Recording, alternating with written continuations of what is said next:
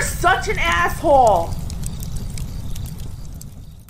Hello, children. I have an interesting request, and the perfect honesty, the guy kind of in his question provided a lot of the answers because he was rather thorough, and he also had put some thought into it. So I'm going to add to it, and I was like, geez, that's a pretty good list he's got to begin with. But then I sat and I thought, I'm like, yeah, there's more I can add to this. Let's go through his request, and hopefully this will be of benefit to all of you. Ladies, I know it says decision node for men, but if I said decision-making model for people, you wouldn't listen to it. And if I say men, you'd be like, well, why is it only for men? And then you might actually listen when you're told you can't have it. Because if I said decision-making for everyone, then you'd be like, logic, investment, empiricism, tee-hee.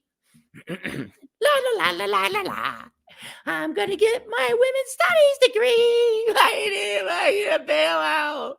You didn't listen to the model. So here's the question, Hello, Mr. Hole. Could you please lay out a methodology you find effective for making challenging life decisions, specifically on analyzing the pros, cons? Here he is. He goes through pretty well here at the beginning. Pros, cons, lost opportunities, gain access to new opportunities, regret mitigation, identifying possible unintended consequences, and any other category of analysis you believe is important to consider.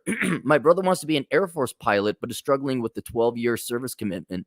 Encouraged if he pursues that route. It would be helpful if you use this example, but feel free to use your own. Better independent decision making is my goal, not answering my brother's life questions for him. I'll kick his ass later. I would like a video response, please. Thanks, JP. Well, okay, so I took my notes here, and let's start with what you listed, because I think it's a good point. Now, how you want to structure it, like an actual methodology, like a statistical model, you could add that layer if you structured and organize it. Like, first I do this, then I do this, and you filter and filter and filter, and then you inevitably come down and whittle down to the most logical decision. You could do that.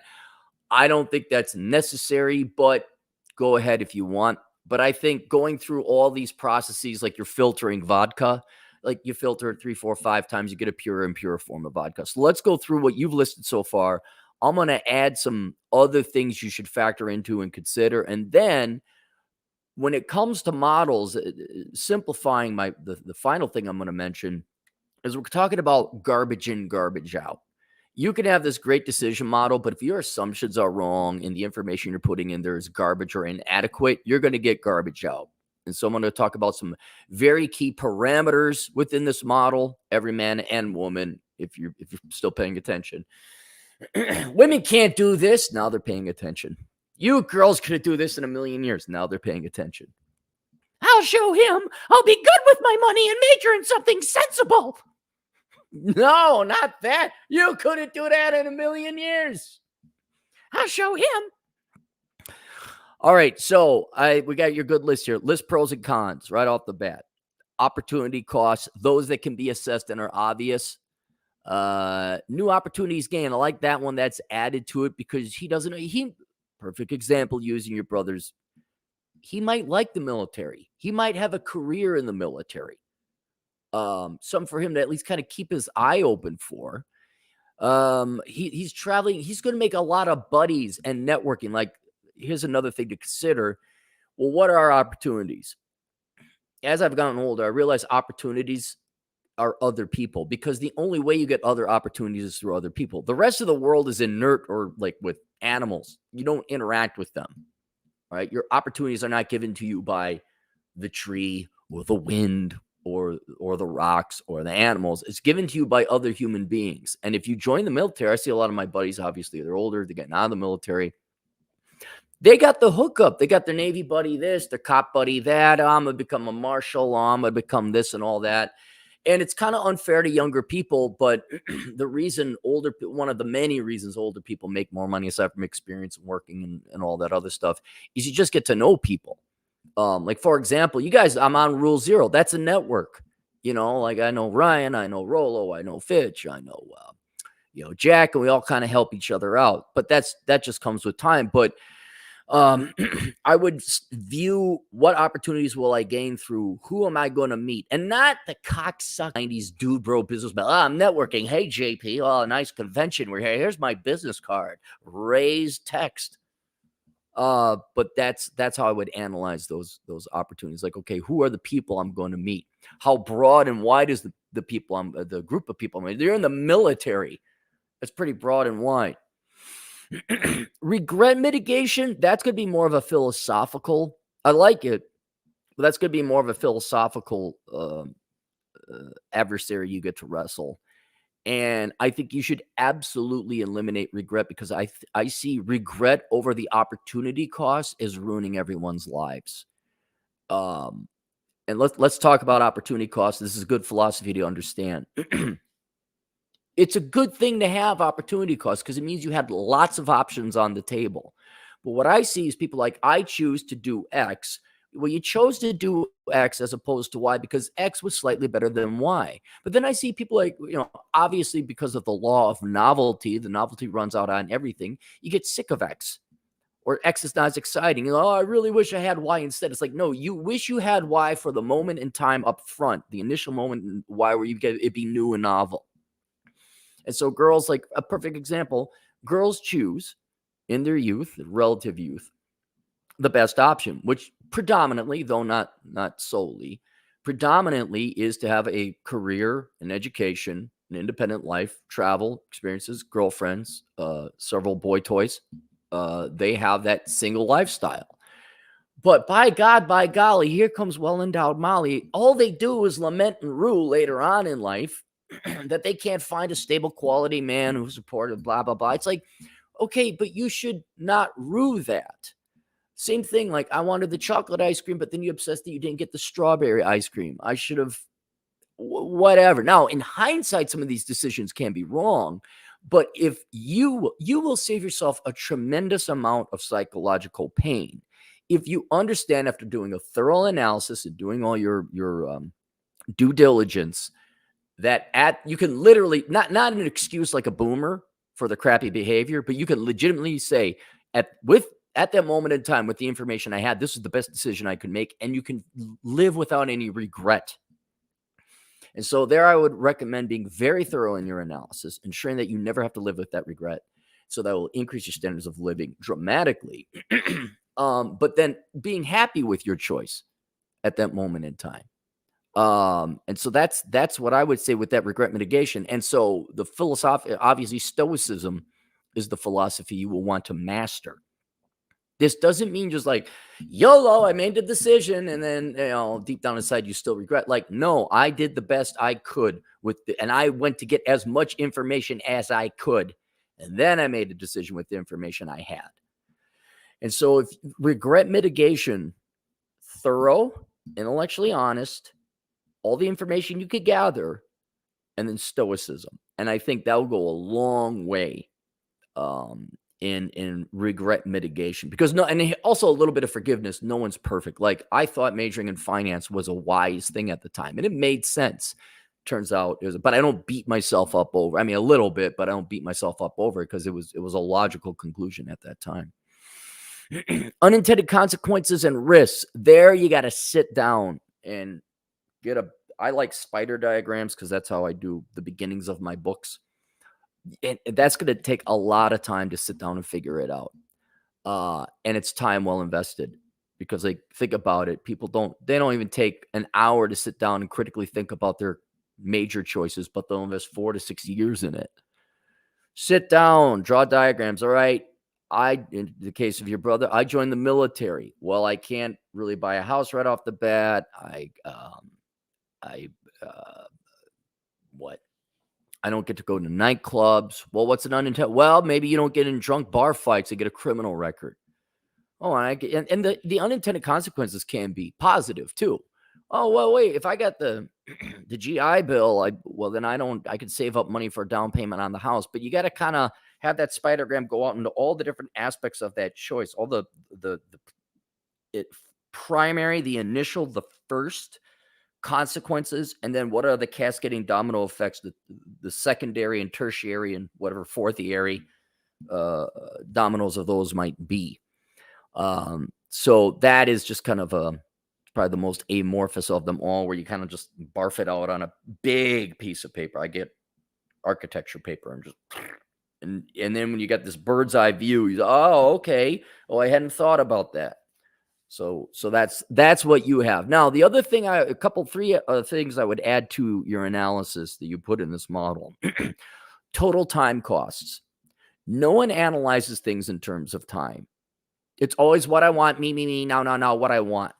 And that could be in terms of hard work and invest. Like, oh, I want to become a doctor. Well, yeah, you're going to have you're going to go to medical school. That's a 10-year commitment. But so that in terms like you got to know, okay, how much of total time is this going to take? But then also include the time that it takes to totally complete a project. Now, with the military, it's pretty set 12 years.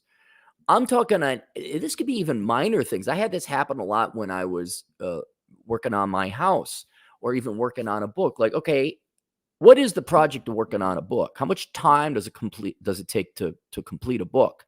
Well, you got to write it and you think, yay, I'm done. No, you are not done. That is not total time completion, because now you got to market it. Now you got to set up the cover, and now you gotta go get people to review it and pay for reviews, not biased reviews. Like, hey, would you review this book?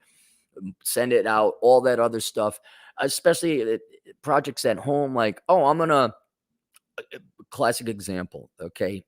My credenza that I use to display my fossils. Literally, I could go back to my to-do list, says order credenza. Okay, I ordered my credenza. We're nowhere near done. I just ordered it. Now it gets delivered. Now I got to assemble it. All right. Then I got to put my fossils. This is a bigger project than I thought it was going to be. Then I got to put my fossils on it. Well, now I got to figure out which fossils are display worthy. I had to go through all my fossils, say which ones are display worthy, which one aren't. Okay. Oh, wait, that's a credenza. How do you display fossils on a credenza? Well, you just set it there? No, you need to get plates and stands, because some of the fossils are flat. Most of them are, actually. So you need to have them tilted up. Now I got to go order a bunch of plate displays and little plastic support things. Which way do I want to display my fossils? Do I want to put the vertebrates up here and the sea creatures down there? This is probably the perfect example. You think, oh, this will be fun and easy. It was the biggest pain in the ass you ever imagined. And then, okay, I get it all organized. Well, okay, I have to give you the full, thorough thing. The fossils are rock, obviously, and the credenza is black paint. Well, you don't want to have the fossils scratching up the black paint. So I had to order rubber sheets like that came in a roll, spending time on the internet, looking up rubber sheets. I can't put it. This is not the project. Damn well took a month to do. Cut them out, put them on. There we go. Put the fossils on. Okay, organize them a certain way. All right. Am I done yet? No. You know why? Because then I had a bunch of my crap fossils or not display worthy fossils. What do I do with that? And I said, God, I don't want these laying around. I really want to get rid of them. I got to give them to the nieces and the nephews. They'll love it. They'll love it. New whole project from one decision. One decision. We are now 3 or 4 projects in to fully complete this chore, this one chore. So I had to go down to the cigar lounge, had to get cigar boxes. Now I got to organize, because they're little kids. If you don't give them an equivalent and equal amount of fossils of quality and caliber and number, they're going to fight. So I had to organize. Okay, well, that's a really nice. I should switch. Okay, here's a sea creature. There's a vertebrate. I even put instructions in there. Do not whine and complain about somebody getting better fossils. Trade the fossils if you like. That's because they're little kids, 3 to 9. And then I have to go to the post office, mail it. Then I was done. And so whatever decision you're going to make, career, education, simple projects, especially at the house, is that really okay? And then what? Ask yourself, to answer this question, what are the total time costs? And then what? Oh, I get a new car. And then what? Oh, I got to maintain it. And then what? Oh, I got to get insurance. And then what? Then I got to worry about security system. And then what? And so, yeah, I'd say more commonly, what are the total time costs? Like, go to trade school. Okay. Go to truck driving school 5-6 weeks versus a worthless degree. Oh, well, okay, I get my bachelor's degree, and then what? I don't get a job, and then what? Then I got to go to grad school, and then what? Well, then maybe I get a job, and then what? Well, then I got to work another job, and then what? And then I got to work a third job to pay it all off, and then what? Then I got to beg for a student loan bail. Oh, you've ruined your life with one decision because you didn't factor in the total time costs. 2, the mental, psychological, and or emotional costs. I'm not really much into emotional costs because I don't have any, frankly. It's great. Yeah, is that the way that one went? All right. And being a Stoic, you should be able to whittle this away a little bit, but I'll give you an example. I don't go out and buy stuff physically unless I absolutely have to, because the traffic and the waste of time and interacting with the stupid people at the checkout store who don't know where anything is. I'm talking U batteries plus. That is a cost. That is a toll you will pay. And here you got to be, true unto yourself. Are you susceptible to non-physical, non-monetary costs, mental costs? It will piss me off if I get into traffic. It will piss me off when I see fat people at Walmart. The solution, buy everything online. And so, whereas when we do a cost-benefit analysis, usually it's in the currency or the unit of measurement we measured in is money or time. I would also sit and say, okay, what are going to be the mental and psychological tolls and costs? And what were the mental and psychological tolls and costs of the opportunity cost, the next best alternative? I get a kick out of these people who never went to college and went into the military, like, don't have anyone go into the military. I'm like, dude, have you gone as a poor person to college? Do you realize what a bunch of BS that is? I could understand if you were in combat, it got shot at, or heaven help, you got injured or maimed. Okay, then yeah, I understand. But going to college and trying to pay for it yourself, that's a nightmare. And so but they never went through that, so they don't know. Just as the college kid who didn't go to the military, they don't know either. So a little bit of hypocrisy right there.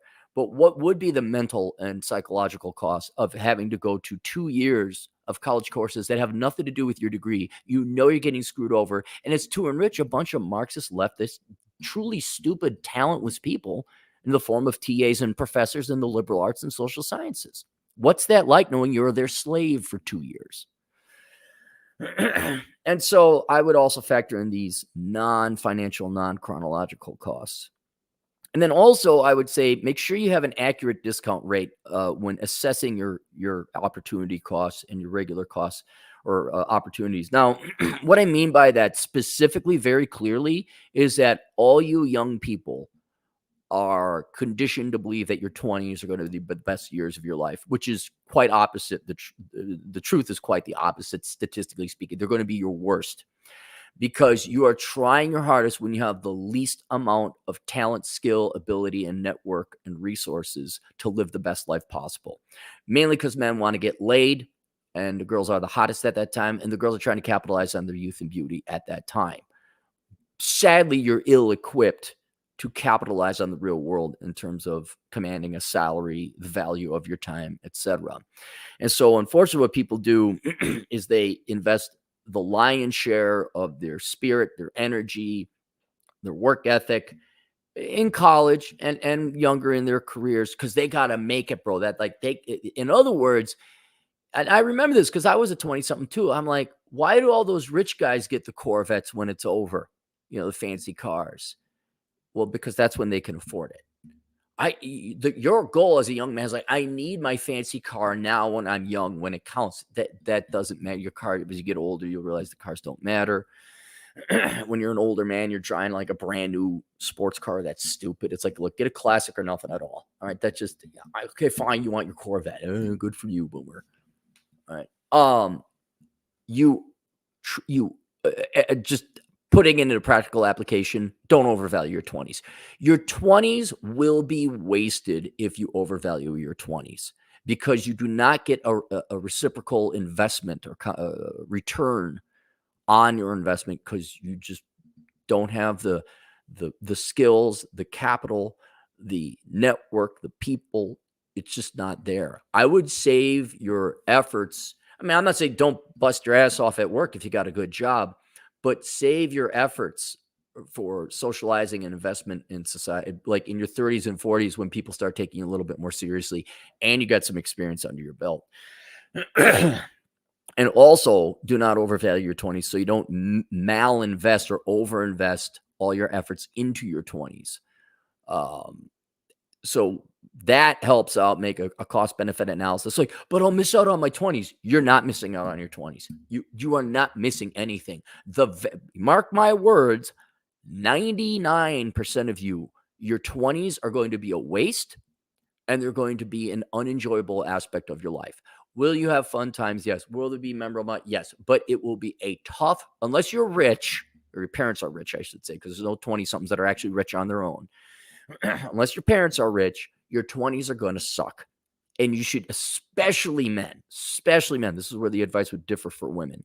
Men don't know. I mean, you could go to a nightclub and a party. I'm not saying don't, but that is not the end all be all. Like, buckle down, work, go into the military, get a skill, get a trade. And don't worry, you'll still be young enough in your 30s and girls will like you at that point in time anyway. Ladies, I would capitalize on your 20s more in terms like if you want to find a husband and have a family, that's your time.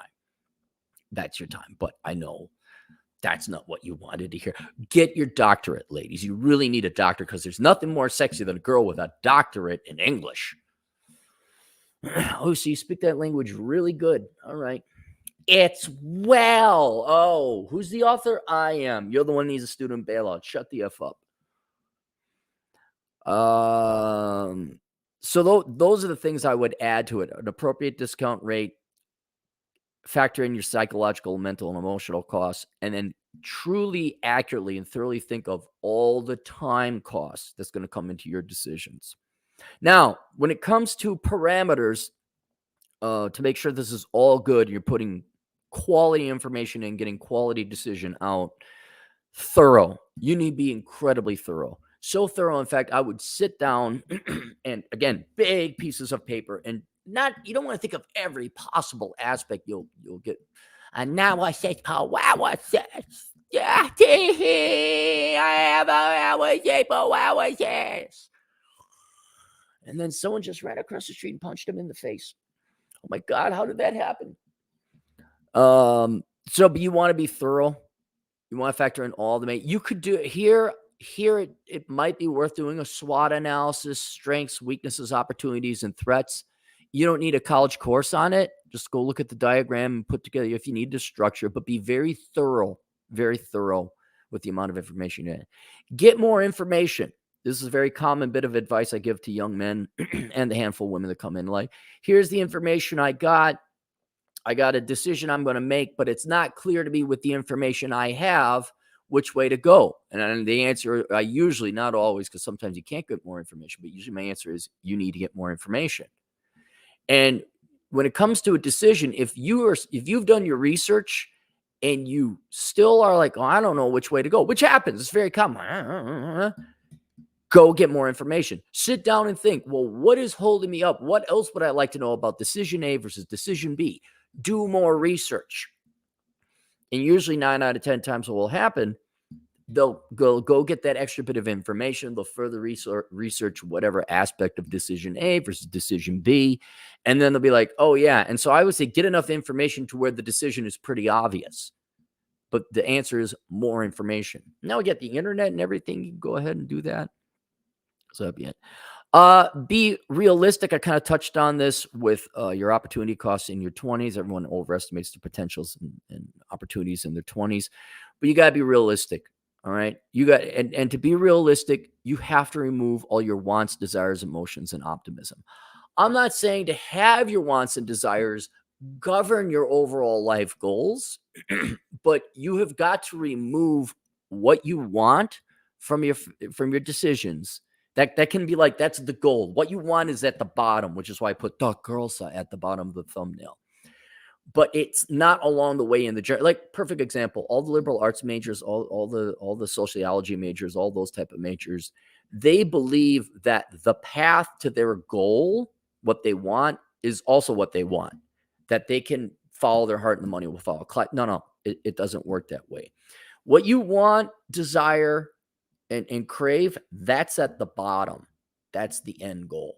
How to get there, your wants and desires and optimism have no place in that. You need to be critical. You need to be calculating. You need to be clinical. Say, is this how I get there? Everyone wants to be rich. Okay, well, how you get there? Well, the truth is you save money. But bro, I want to get the sports car, bro, and the shades indoors, bro.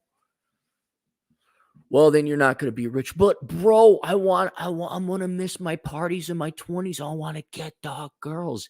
You get the girls after you get the monies, after you get a degree in the STEMs, after you pay off your loans. But then it won't be until the 30s I get the girls. Yes, that's right. But then you'll be pretty consistently be able to get the girls afterwards. And if not, just go rent. That's the short economic answer there. So when you're going through this decision-making process, you're coming up with a plan and a strategy. Your plan and strategy cannot afford optimism and hope. Like, look at Barack Obama and nearly every poor Democrat or poor person ever. Well, I just hope the economy turns around, and hopefully we had a lot of that in banking too. You get this sister fornicating F over in Wyoming, having sex with their cattle in their trailer park. Just the truly most stupid, dumb people ever. And the bankers would literally, well, hopefully the economy turns around and Jessup pulls his dick out of his sister's mouth and maybe he gives up the alcohol and works a little bit to pay back the $300,000 we lent him. There is no hope. It is what is going to happen, what is statistically likely going to happen. That's what you base your decisions on, not what you'd like or hope the outcome to be. I mean, ask any piss poor Democrat now living in Section 8 housing how that whole hope and change went. And then finally, as it pertains to men, and this relates to it, remove all desires for women. I'm not saying remove your desire in your dating life or your romance life, but when it comes to strategic planning and making decisions, you guys are always biased as you're genetically prone and compelled to do so.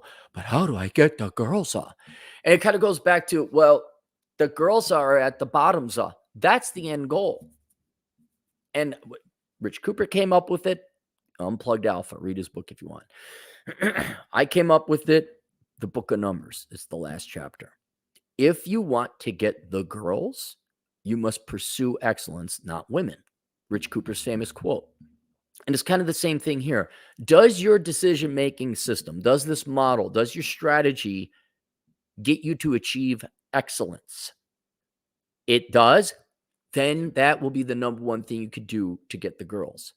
But if you are factoring girls into this model because you want to get girls along the way, you will not achieve excellence. And in a tragic sense of irony, you will not get the girls. And the irony is if you chase girls, you won't get them. Or you'll get them less. There'll be a lot of tooth pulling, a lot of wasted time. And because men, your sex drive is completely by classic example. Why do most guys go to college? Because they want to get laid.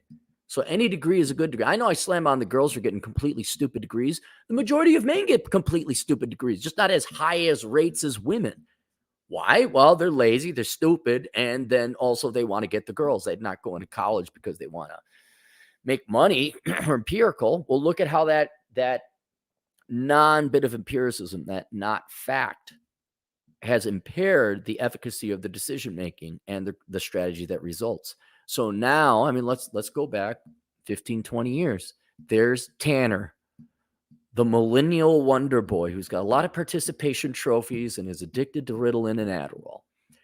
He is fed the biggest lies by his baby boomer parents that you should just follow your hand, be a nice boy, blah, blah, blah, blah, blah, blah. Okay, I go get girls now at college. He goes to college and majors in F-wit studies. Now he graduates with a master's degree because he can't find a job. He's living at home. Now 15 years later, he's 32, 33, whatever, lives at home, has no money, in college debt, begging for a student loan bailout. His original goal was to get the girls up. He chased the girls out in college, did exactly what they said for him to do. And now I don't get the girls out. Why? Because he's not an excellent man. Right. So for the boys, I'm not going to be ignorant and like, yeah, your main drive is to get laid. I get it. Don't let that factor into your decision-making process when you're interacting with the real world, to extract the resources and the standard of living out of it so that you might be a stable enough, excellent enough man to then therefore get laid. It's kind of a choice. Do you want to get laid now? Like you want kind of a small but immediate chance of getting laid? Well, then, yeah, go to college. I'll get your girls. I'll go to the parties. I'll go to the nightclubs. But if you want it more permanently and you're willing to wait until you're 25, 26, go to the gyms, major in the engineering or the CPA, right? Save your money, get yourself a house, buy yourself a car, and then your chances are a lot higher permanently going forward. And so I would remove, I know I said before, I remove wants, desires, emotions, and optimism. Remove your sex drive from all this calculus. And that's it. That's what I came up with. Again, how you structure that, I don't know. You got a grand like Sherlock Holmes with all the flow charts and everything. You can do that if you'd like, but that's what I recommend. All right. Do we have any super chats? I don't see any. Hey, Wisco Nomad in the house. How's Wisconsin? Scrolling.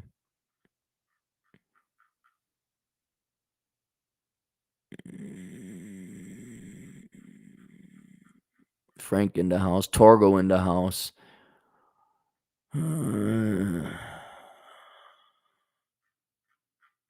That's it. All right. See you guys later. Toodles.